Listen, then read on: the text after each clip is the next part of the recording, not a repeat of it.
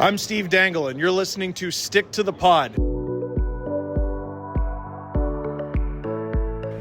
Hello and welcome back to Stick to the Pod. Week 2, yes, Week 2, Episode 2, Season 2, Episode 2, Episode 24. I'm not sure how I'm going to go about it yet, but it is Season 2, it is Episode 2, and we've had our first full weekend in the NIHL North. So what do we think, folks? Was it a great weekend to start? I think so.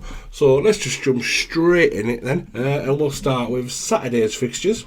Saturday brought us Hull Jets versus the Leeds Knights, who have their inaugural game in NIHL North. And they did very well. Yeah, granted they did have Harrison Walker backing them up from the senior team. They put on a decent show in Hull, but Hull do what Hull do in Hull. Yeah, Hull Jets won. It's a very much improved roster, and it was very much the usual suspects on the score sheet for the Hull Jets. And it was Richard Hagger getting off the mark with 2 goals, and Rogers also getting on the score sheet. And then a name I mentioned quite a lot last year, Heinzel from the Scimitars, who has transferred over to Leeds this year, getting himself on the score sheet and getting Leeds Knights' first goal for Leeds Knights 2, and Dell also getting on the score sheet. Certainly going to be an interesting one, keeping an eye out on Leeds Knights 2, who had their first double away weekend. Be interested to see what type of rosters they're going to have on each week, and certainly be interested to see how they're going to go at home and what kind of crowds that they might get, and whether any of the Leeds Knights faithful do follow the second team in Leeds. And on to the Sunday then, and the D-side Dragons started their league campaign on home ice to a very changed Nottingham Lions. Yes, the loss of Zachary Yokiyama is a big loss for them to a point. His disciplinary record wasn't the greatest. However, bringing Adeles Padelek in, you could argue a better player and certainly a lot more disciplined. Well, to the game itself, it was a close game. It was a 4-3 game for the D-side Dragons, and I think those Nottingham Lions are going to be a pain in a lot of people's arses this year. Certainly on the home ice. Sorry if I do a lot of sniffing up, I am full of cold and flu. But yeah, the Lions are certainly going to be a pain in the arse this year. On home ice, I certainly going to reckon they're going to take a couple of big scalps this year. On the away ice, it'll all depend on how they travel. But obviously they got their first win last week against Sheffield. They'll lose out this week 4-3. On the score sheet again, it's what I said a lot last year about you're going to see a lot of the usual suspects, the usual names for teams, because these are the teams' standout guys. And I know there's been a lot of rumblings and a lot of rumours of what's going on in D-side this week. Now I know I did put some on an NIHL North involving a couple of clubs in the West, and we can only wait to see that news, how it pans out basically. But the D-side Dragons taking the game 4-3. Parsons, Hyer, Dickinson and Burgess all on the score sheet, and then Smith, Gibbs and that man again, Padelek, on the score sheet for the Nottingham Lions. But as I say, a very, very close game. I'd just like to say a big thank you to Joe Scuts at NIHL Stats for doing this game sheet, because it now helps me, who obviously I don't attend these games, I attend all the Billingham Stars games, so I can give my opinion on the teams who are playing against Billingham. But I can now see the little information that Joe's got for us, that it was a 0-0 end of the first period. The Dragons edged in the second period 3-2, and a 1-1 third period. So a very, very tight, close game. The shots, however, D-side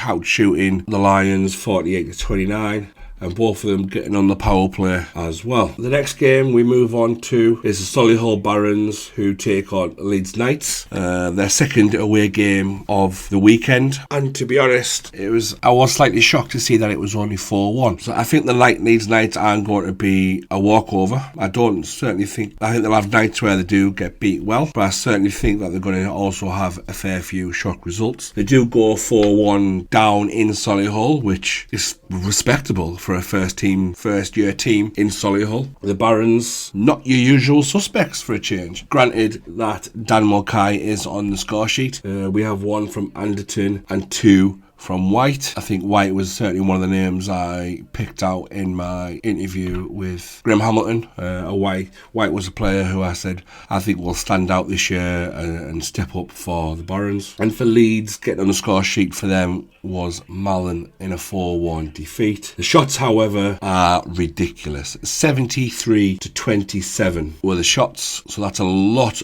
of shots that the Leeds Knights give up. 52 on the Saturday, 73 on the Sunday. So certainly a lot of shots they give up. So netminders are going to have to play big for the Leeds Knights. Up north we go then, and this one did cause a bit of controversy on the Ice Hockey Fight UK page from an incident that happened in the game. Obviously the first video put out there wasn't the best. It certainly didn't look too kind on Jordan Barnes, who just jumped a player, I believe it was Dean, jumped a player and fed him for what it was worth. And obviously the Warriors came on kicking and screaming, saying, but what the video doesn't show is all the antics before that. We do eventually get to see that video. Whether he was doing the action and the willing of wanting to fight Jordan Barnes, I'm not so sure, but you could certainly take it for that. And if he was asking for it, he should have just went, be the man, instead of just trying to goad Barnes into it. But what didn't need to happen was the bump into him and then Jordan Barnes jump him. Now we all know Barnes is he is the toughest guy in the league. It's as simple as that. He can go toe to toe with probably anyone in the NIHL league. Well, I would quietly back him in most elite league fights as well. He is as tough as they come.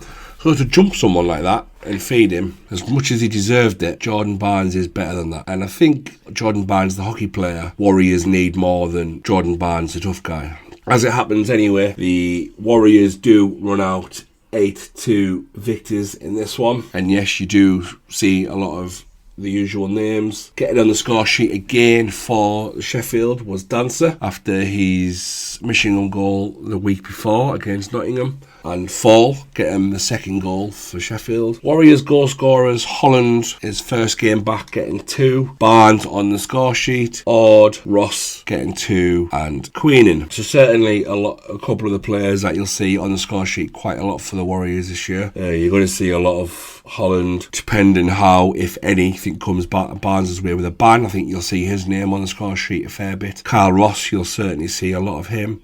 And then obviously Phil Edgar as well. And obviously we do know there's rumblings of a big name signing to come in, Whitley. A player that we all know, a player that we've all seen in this division, play for a team in this division before. So it'll certainly be interesting to see how they go when and if he lands in Whitley Bay. And then to the game of the weekend. It was the champions versus the Blackburn Hawks, the Billingham Stars versus the Blackburn Hawks, the league winners versus the cup and playoff double winners. And I think if you listen to most people, talk to most people, certainly Graham Hamilton anyway, I think he had the Hawks winning the league and probably winning this game. But I think the Hawks got a bit of a fright in this game. They got a team that they weren't expecting. They expected skill on skill, and Stars didn't come out playing skill on skill.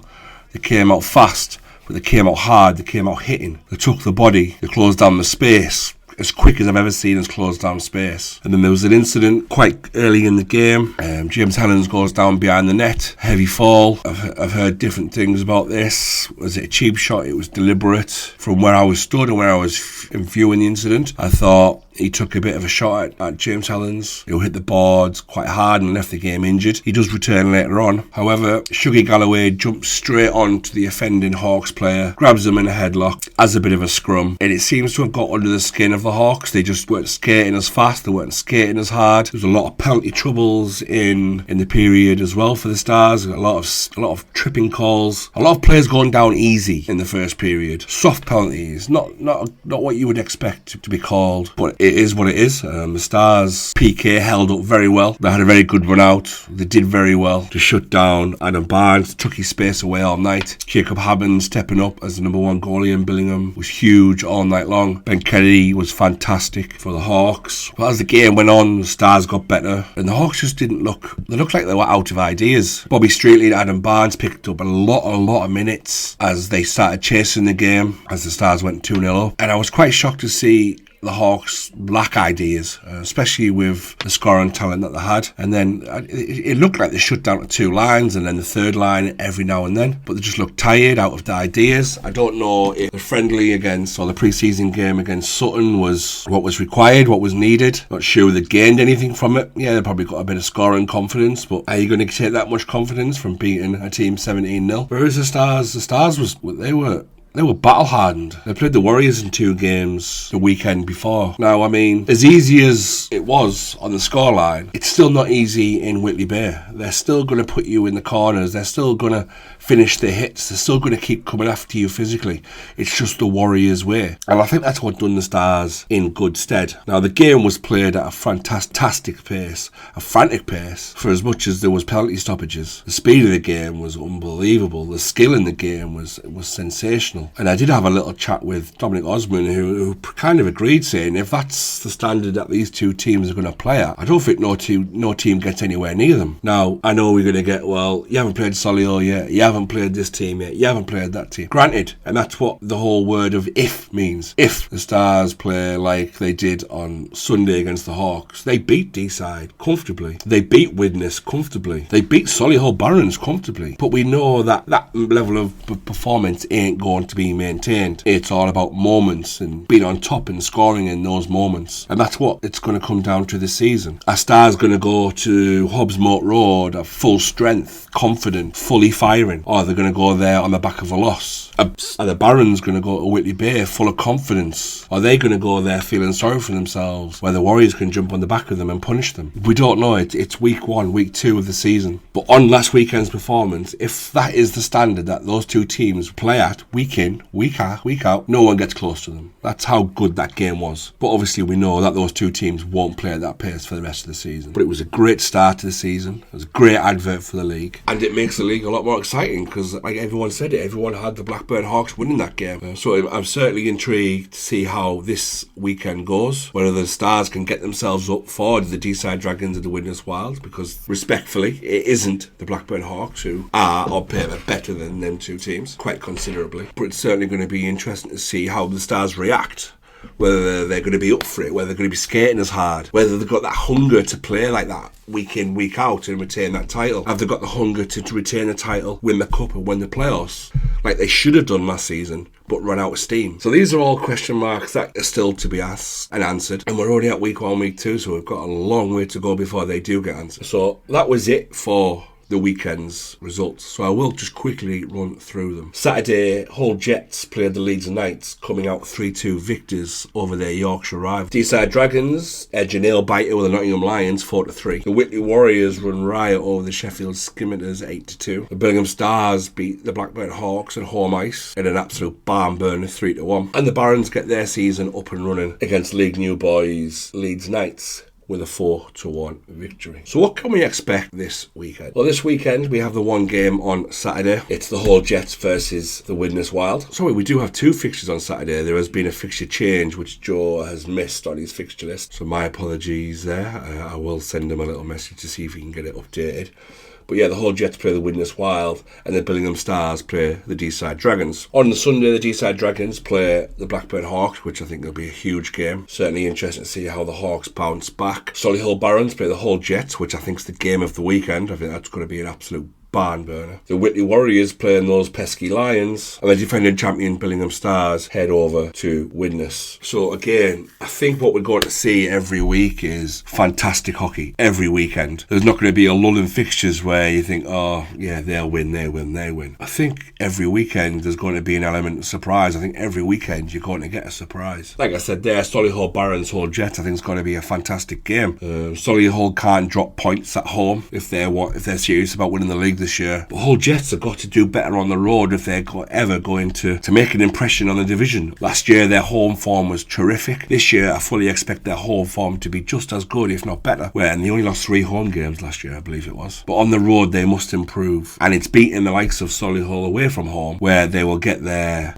respect, get their credit, and could they put an impression on the league. Deeside Dragons, Blackburn Hawks, we know there's history between them two. I expect the Hawks to win. I expect the Hawks retaliation, a Hawks comeback, but I still expect a good, tight, close game. The Warriors, I don't know. The Warriors Lions, I really don't know. If this Lions team turns up and plays to their absolute max, to their potential, they could beat Whitley Bay. They really can. They could beat the Warriors in Whitley Bay. But they can't go there with the attitude of, it's Whitley Bay, it's a hard place to go, they play physical, they do this, place to do that. They've got to go there and believe they can win. And with a player like Alice Padalecki, they fully should have that belief as well. The Stars Wild is probably the only fixture where I could see a rout, if there was to be one. Widnes, very much unknown quantity. They've lost a lot, they've signed a lot. Is there any cohesion there yet between the two teams? I am not so sure. What I'm going to do now is I'm going to quickly jump on to League 2 and we'll quickly jump through the Laidler stuff. I know there's not a lot happening there. So we have had a couple of games, a lot, and I'll run through the fixtures as well, as a lot do get started this weekend. So the Saturday the 7th was the one game, the Kingston Sharks take an overtime win over the Sheffield Titans. On the Sunday, Nottingham Lions 2 lose out to Altrincham Aces 6-2-3 on home ice. The Sheffield Titans hosted the Sutton Sting and got routed 10-2. So into this weekend then, the one game on Saturday, defending Laidler champions, the Telford Tigers 2 take on the Altrincham Aces. On the Sunday, playoff champions, Billingham Buccaneers, with their loaded roster, take on the Bradford Bulldogs. New Boys D-side Ducks get underway against last year's new boys, the Kingston Sharks. Lions 2 take on the Sutton Sting. So that's Division 2's fixtures. There's not a lot away from hockey that to talk about in the actual games. There was just the Jordan Barnes incident. I've not heard anything yet. That might be tomorrow or Friday. I'd be shocked if it wasn't just a 1, maybe 2 game ban. Like I say, the lad did deserve it, but then Jordan Barnes doesn't need to jump anyone, does he? I suppose around the leagues elsewhere, the National League gets going good and proper this weekend. Elite League gets going. I suppose a big pat on the back goes to the Sheffield Steelers, getting a huge win out in Sweden, doing the British game the world of good, beating a top team as well. I think it was the Vauxhall Lakers, so well done to the Steelers there. And yeah, that pretty much covers it this week. A quickish one compared to last week. Hopefully with there's more games this coming weekend, there'll be more to talk about, there might be more incidents to talk about, but that is it for now. Thank you very much for your time. Any questions or anything you want me to talk about, drop me a message or drop me an email at sticktothepod@gmail.com, or you can grab me on Twitter or Facebook Messenger at sticktothepod. Please do give the pages a like and share. When I drop the episodes, please do share them and tell your friends about them. And also the YouTube channel, give it a like and a subscribe. Makes all things much better in our division. So that's it from me for now. Don't want to be rambling on too much for this flu. But yeah, that's all folks, and I'll speak to you next week.